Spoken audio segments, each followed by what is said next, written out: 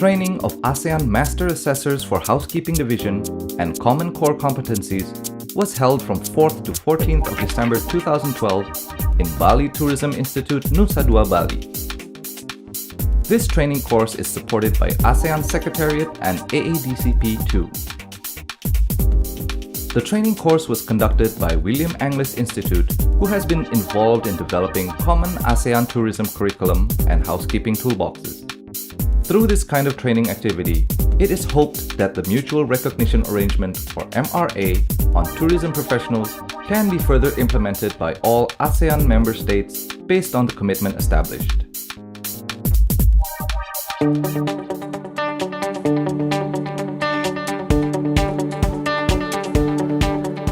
Well, the history of this project probably goes back 10 years, but most of the activity started about 5 or 6 years ago.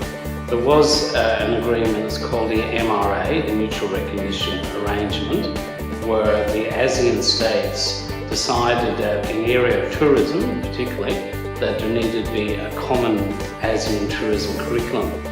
Now, as a result of that, William Anglis Institute was contracted to develop this curriculum and to negotiate that with the ASEAN countries. We negotiated and came up with 242 competencies. Now, the competencies is great to have that curriculum, but to do something about it, you needed teaching resources and you needed to train people how to assess how people went in the courses. So the first thing was to develop these toolboxes, we call them, which is a combination of a training and assessment toolbox and instructions for a trainer and PowerPoint slides. So we've been working on that for over a year. We've developed toolboxes for housekeeping and for Common Core, which is the common competencies needed in the hospitality and tourism industry. Look, it's based on adult principles of learning. We have general managers, we have personal assistants to tourism ministers, we have high government officials, we have some trainers, we have some very experienced university people from the Philippines. So you can't teach them as you would school children, so you have to design a program that is interactive for them. That's what we set out to do. Since 2012, Australia supported the ASEAN member states to establish the ASEAN economic community in tourism, ASEAN Tourism Professional. With Australian support, now ASEAN has a standard competency for tourism professional. ASEAN also have the standard curriculum for ASEAN tourism professional. After the development of the toolbox for tourism professional, we also now in the process to do the feasibility study of regional secretariat for tourism professional, and also support the gap analysis of implementation of mutual recognition arrangement in tourism professional for ASEAN in the region.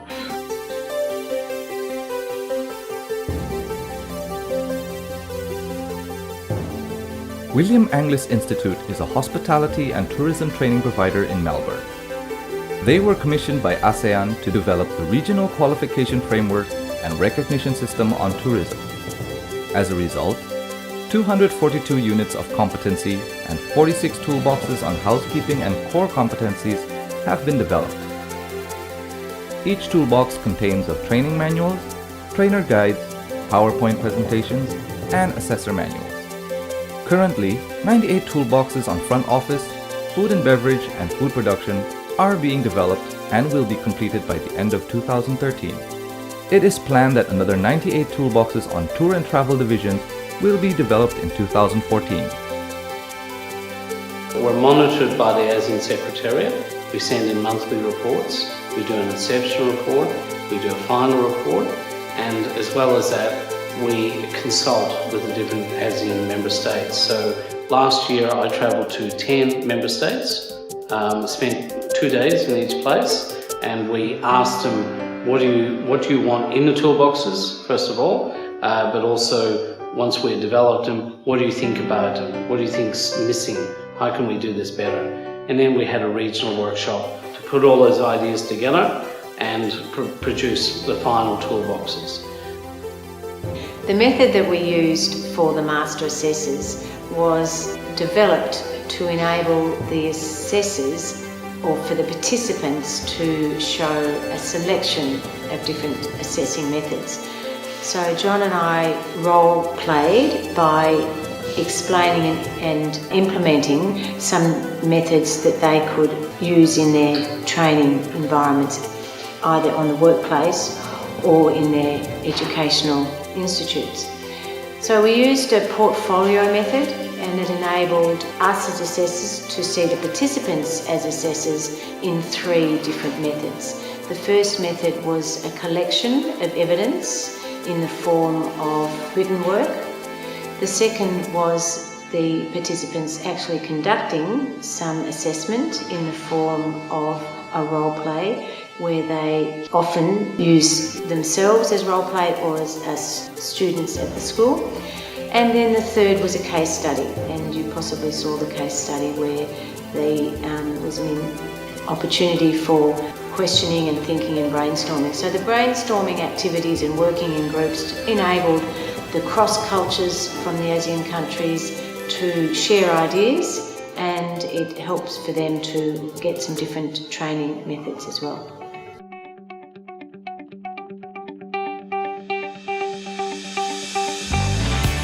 So our role was to move some of their knowledge and put it to focus on the ASEAN competencies and the use of the Assessor manual within the toolbox. So in trying to design the program, we used a portfolio method.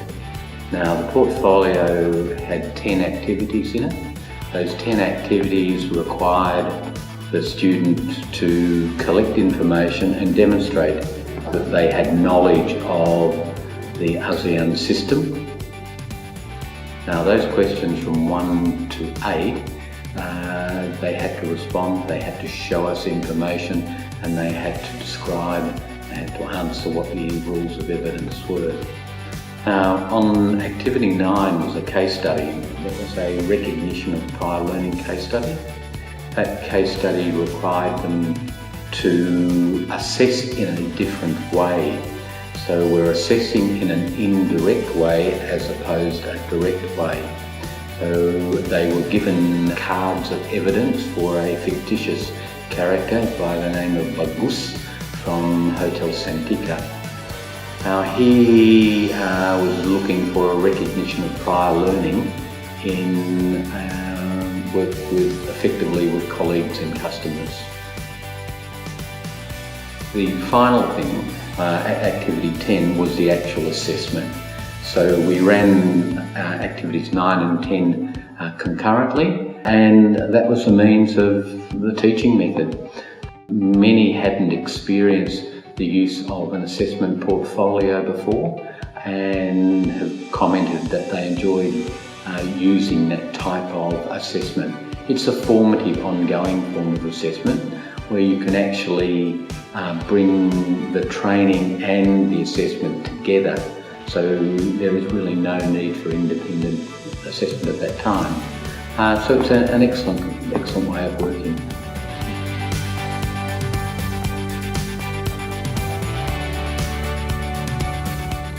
We drew from that experience of working from it independently to where we put them into a group which simulated 4 other assessors, and then they had to discuss why they had given Bagus a competent or not yet competent, which I think rightly mirrors what happens with assessment processes. They also had to argue a case, and then each group had to do a presentation. But the process was over 3 days, so we were running 3 concurrent activities over that day. So this way we devised a scheme where some would be conducting practical assessments in the Langnam Spa Hotel. In those rooms, students from STP were the trainees and our students were the assessors. Judy would assess them and give feedback to the assessor. Now, whilst 7 people were at Langon Spa doing that training, I would be doing some more knowledge-based assessment competencies. So one-on-one we went through the same process. So what were the rest of the students doing? Well, they were doing the case study or they were preparing their portfolio of events. So everyone was occupied going through 3 stations, if you like, over 3 days. So it was quite interactive and it moved from one building to another building, which was important.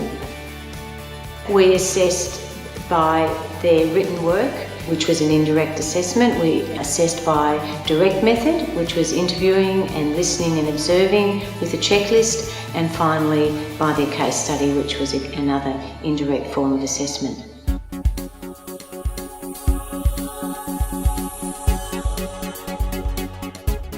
We've learned from experience during this course that if you want to be a master assessor, you need to know about training. And if you want to be a trainer, you need to know about assessment deeply. So we felt that really we could do master trainer and assessor training together over a 3-week period, and then people can choose which area they want to go in, but they would be competent to work in both. That will be one of our key recommendations. Another key recommendation will be to do this again. It's been a fabulous experience for all the participants and the trainers. These facilities here for the training program of the assessors was excellent because we could actually move the participants over into the hotel. If we were operating in a hotel, then we would have sought permission from the hotel management to use their staff. So you have to be adaptable in terms of those processes.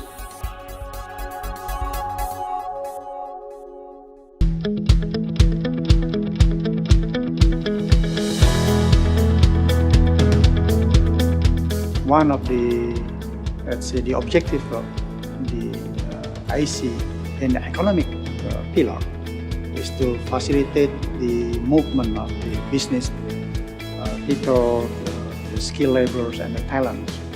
How to move people from each member states. They have what we call the MRA. So what we recognize is the qualification of the tourism professional, which is provided by the certificate of competence, which is based on our ASEAN Common Competence Standard and Tourism Professional, as well as the CITC, because this is the basic of the MRA. Very well, very well. They gained in confidence, they learned different methods, and they are all competent assessors. It definitely was watching their confidence grow and the ability for the participants to share and brainstorm and try different models. Their method of assessment has generally been rather stagnant or step by step, and they felt confident to try new methods. So that was the most rewarding for me. Yeah. So the question of participants were excellent. The success of the program really it depends on what they put into it. That's what we set out to do, and that's what the students did. They participated more. They needed to apply the information. They were given opportunity to apply it. They applied it. So all in all, from my perspective, mission accomplished. This is, I just to say, is very excellent training course because I can earn more everything about the master assessor. We have to provide a lot of skill knowledge to demonstrate the assessment in our country for the ASEAN tourism standard competency. It's very important. It increases our knowledge related how we conduct training and how we conduct assessment for certification. We're looking for the standards.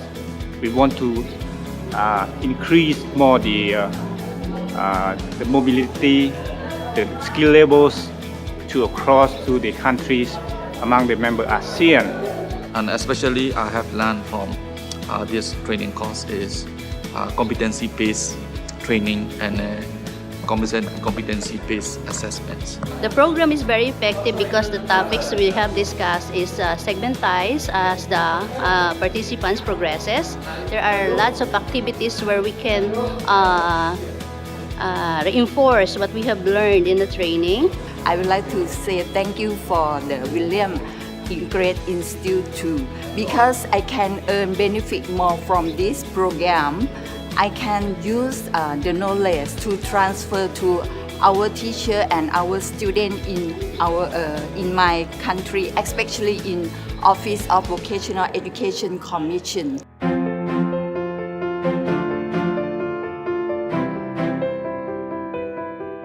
William Angliss Institute is committed to this program and has a number of people now who have been involved in the program, not just writing and constructing the toolboxes and teaching, but also looking at something like a gap analysis.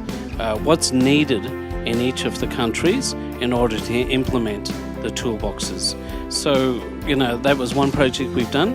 We're also involved in a project to establish a regional secretariat for tourism. For Indonesia, of course, our master trainers will be assist our ASEAN member states to provide more trainings to the candidates in our region, so we can have more trainers and also users that will meet with the standard. Because at the time we try to provide this training based on our ACC STP as well as our CATC. So by these master trainers, actually, we hope that the trainers will generate our more trainers because it is master trainers, you see. And for Indonesia itself, it is also our key person to deliver our trainings in housekeeping division nationwide. Australia's continuing support to ASEAN in the next future program through the ASEAN-Australia Development Cooperation Program Phase 2, we will help ASEAN tourism professional to get the standard that they need for the tourism industry, because we know that tourism plays an important role for ASEAN economy, and then with developed tourism industry, it will boost economic growth and then also drive change across the ASEAN region. Australian support to the tourism professional is part of ASEAN Assistance for ASEAN to establish ASEAN Economic Community by 2015. As I said before, that tourism plays an important role in ASEAN economic. So we are sure that with our Australian support, then ASEAN Economic Community by 2015 will be able to achieve in the tourism sector. So this is a good sector that mostly people and also stakeholders in ASEAN see the benefit and really committed to progress the ASEAN tourism industry. Many people in ASEAN, especially for industry people, will, let's say, know, also master and implementing all these standards in order to be recognized by other member states through this MRA, because we recognize their competence so they can move easily to other countries. Because in every member states, they have their own national standard. So that's why, based on their national standard also, we formulate what we call the ASEAN Common Competence Standard. So during the Master Assessor training, as well as Master Trainer training, so they know, they master this all standard. Of course, at the beginning, only for the housekeeping department, housekeeping labor division. But later on, because we are going to have also the Master Trainer and Master Assessor program for other 6 labor division.